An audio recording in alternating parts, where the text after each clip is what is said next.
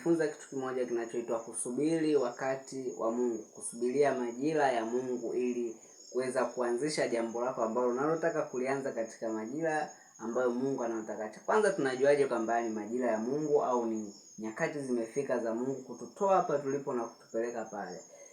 Dalili ya kwanza ipo ndani yako, ambao wewe mwenyewe unahisi ndani kwamba muda huu niliopo sasa hivi sio muda tena wa kukaa hapa nilipo, ni muda wa kutoka hapa nilipo na kwenda sehemu nyingine. Kwa nini? Kwa sababu ndani yetu kuna ishara inatoka ndani kwamba inakupa taarifa kwamba wewe ulipo unahitajika kutoka kwenda sehemu nyingine.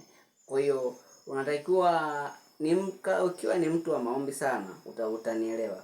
Kwa sababu ukiwa ni mtu wa maombi utakuwa na uwezo wa kutambua ishara na nyakati na majira, kwa sababu ndani yako kuna uwezo wa kiungu ambao unakupa kuelewa vitu hivi ambavyo ninavyovisema. Kwa sababu gani?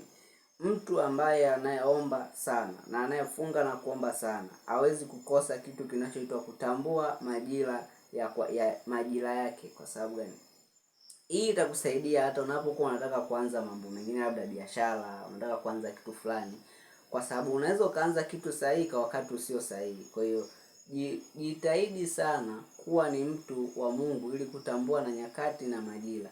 Katika hayo yote yanapatikana kwa kufunga na kuomba, kuweza kuyatambua, kwa sababu sio kitu rahisi, kwa sababu shetani amefunga sana watu wasiweze kujua majira yao na nyakati zao, kutokana kanisa likiwa lina uchumi mzuri na lina uwezo mzuri, ikawa lina uwezekano wa kuwezesha huduma na kusapoti huduma mbalimbali, basi shetani hicho ndicho kitu ambacho hakitaki. Kwa hiyo jifunze kuwa na uwezo wa kuomba na kufunga kwa kila wiki. Hata funga kwa wiki mara moja, huo naomba kila siku, hata mara 3 tu kwa siku, asubuhi, mchana, jioni, ili roho yako isikaukiwe ndani kiasi ambacho ikapata kiu ya kuomba ikakosa. Kwa sababu Roho Mtakatifu akija ndani yako anahitaji mawasiliano muda mwingi sana, yaani umpe nafasi. Usipoomba huwezi kumpa nafasi. Unapoingia kwenye maombi unampa nafasi Mungu ya kutawala. Kwa hiyo jifunze kumpa Mungu nafasi ndani ya siku yako, ndani ya wiki, ndani ya mwezi.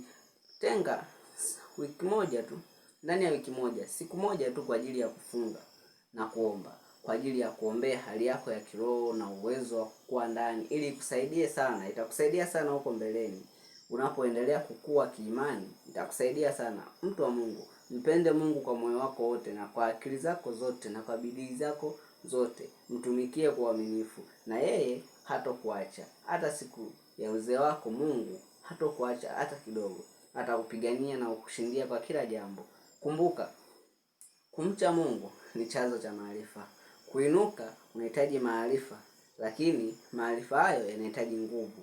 Nguvu kwa Wakristo inatoka kwa Mungu. Kwa hiyo jitahidi sana kumpenda Mungu na kumcha Mungu.